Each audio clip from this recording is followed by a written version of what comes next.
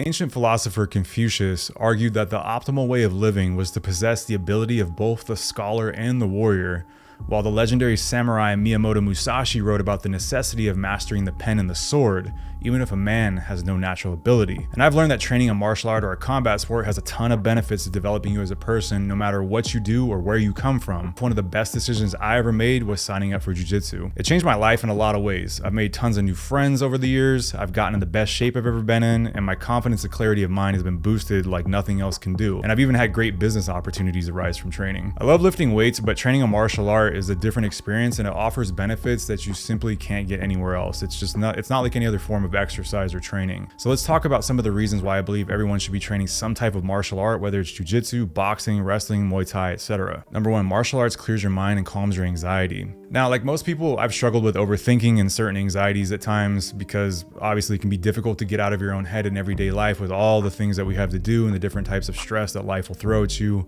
working stressful jobs, obligations, etc.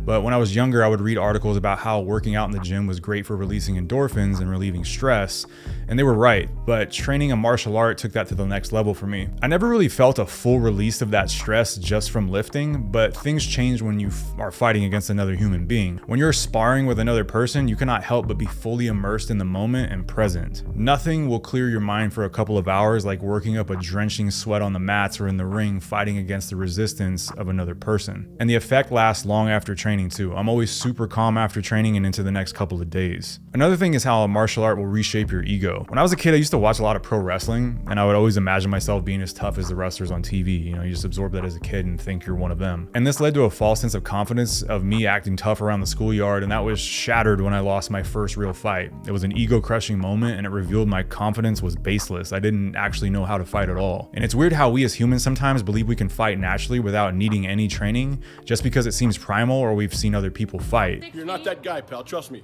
You're not that guy. Losing that first fight was also a really valuable experience though, because it was my first introduction to how humbling it is to be at the mercy of someone else and feel helpless to defend myself. Training in a combat sport is a humbling process with a lot of ups and downs along the way. One day you feel invincible, and the next day you're being smoked by someone that's unassuming. There's a good quote that sums this up, and it's the quote that sometimes you're the hammer and sometimes you're the nail. You learn that people aren't always what they appear to be, and that some of the most dangerous people walking this planet are the ones that don't look like they're dangerous. And don't get me wrong, there's plenty of tough looking people that train, but a lot of the best men and women are the people working IT jobs or sitting at the desk of an insurance company all day who have more of an average appearance. It's not always the jack guy with tattoos who looks like he fights in a cage for a living. And when you encounter this, it removes a lot of built up internal anger and agitation of wanting to argue or pick fights with people if you're someone who struggles with that. You become calmer and you have more respect for people overall. And as you improve your skills, you realize that you don't need to prove yourself to anyone, and that the last thing you actually want to do is get into a fight. It's ironic, the more you learn how to fight, the less you actually want to fight. But if someone starts a fight, you'll be confident that you can defend yourself and finish it, and that alone allows you to walk around with a different level of confidence that you can't get anywhere else. Training also changes your presence. Although the world is more civilized in some ways than it was thousands of years ago, we still have primal instincts that respect the potential for violence.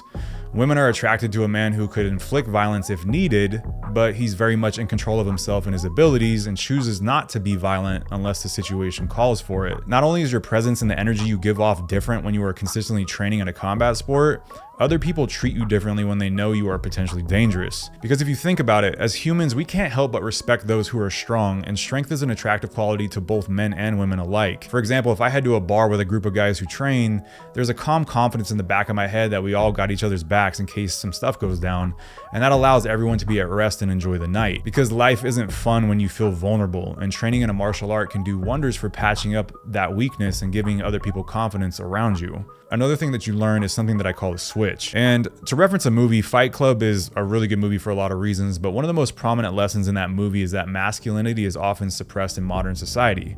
Masculine traits have essentially been neutered in a lot of ways. Showing any kind of aggression or assertiveness is frowned upon by the mainstream a lot of the time. It's all about being gentle and nice. But the real world doesn't operate this way.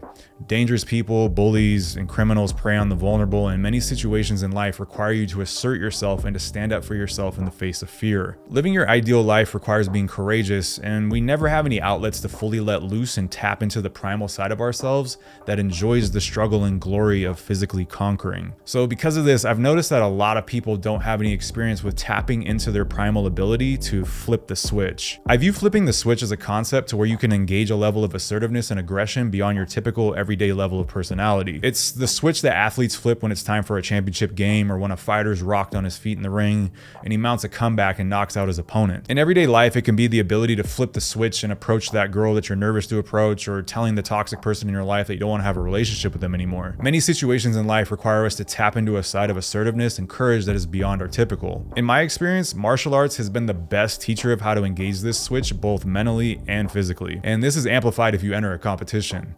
Even if you believe you're a natural competitor at heart, it is a different ballgame to face off with a person that is actively trying to hurt you at full force in competition.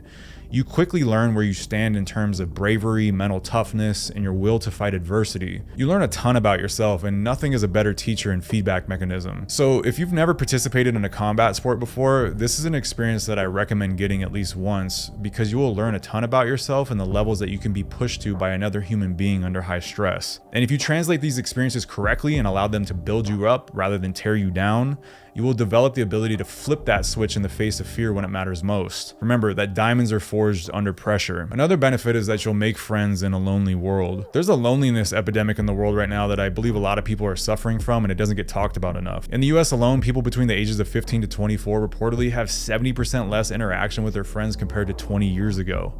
And we all continue to get more and more distant from each other every year as technology develops, and with AI being pushed heavily now, I mean, who knows what the future is going to look like. Add in what happened globally a few years ago, and things just haven't been the same since 2020. Since 2020, people I know personally have struggled to find hobbies, they've struggled to find ways to make new friends, and have talked about how others aren't as eager to go out as they were before. Social circles have been broken, people have moved away, and it's easier to stay inside and watch TV than it's ever been because of how we were conditioned to stay inside so much during 2020.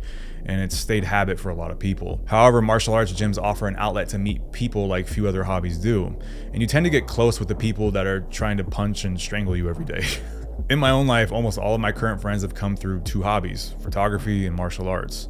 Anytime I'm in a funk or just not feeling right, I just head to class to train, and I immediately have dozens of people that I can talk to, which pulls me out of that funk. Jiu-jitsu also allowed me to finally stay consistent with doing cardio because I actually look forward to doing an activity with people I enjoy being around. The video game aspect of learning a skill and constantly leveling up paired with the social component is huge for staying engaged and consistent with exercise. I'm one of those people that finds walking and running on a treadmill incredibly boring. I don't like cardio circuits. I was never into CrossFit, things like that. So I was always really inconsistent with my cardio until I started doing jiu-jitsu. The other thing is that martial arts communities are tight-knit. Many of the men and women I know through jiu-jitsu are people I could call on to help me in a time of need or for a favor, and they can call on me for the same. We have each other's backs, and that's rare in a modern society that feels more disconnected than ever. So if you're a person that wants more friends, I cannot stress signing up for a martial art enough. It's also one of the few outlets we have left to build brotherhoods and be around masculine men, which builds masculine traits in yourself as a result. For now, pick a martial art that looks interesting to you and go try out a few trial classes. Most gyms offer some kind of trial period where you can try things out at no cost. And I recommend picking a martial art that has an active sparring component where you'll constantly be testing your skills against a resistant opponent. It does you no good to learn a bunch of techniques that don't actually work in practice. And if I had one tip to give overall, well, two, I guess, it would be to be humble and socially engaging. Say hi to everyone and don't be afraid to ask for help. People that are better than you will be happy to assist you and give back, and you'll be surprised at how welcoming everyone is, no matter what they look like. Some of the toughest looking people in the gym are the kindest, and martial arts has a way of bringing people together from all walks of life that normally would never cross paths anywhere else. If you're interested in some of the things I have to offer, check the links down in the description below, and make sure you check out this video next, where I talk about how to balance your lifting with your martial arts training once you do start training, or if you already are.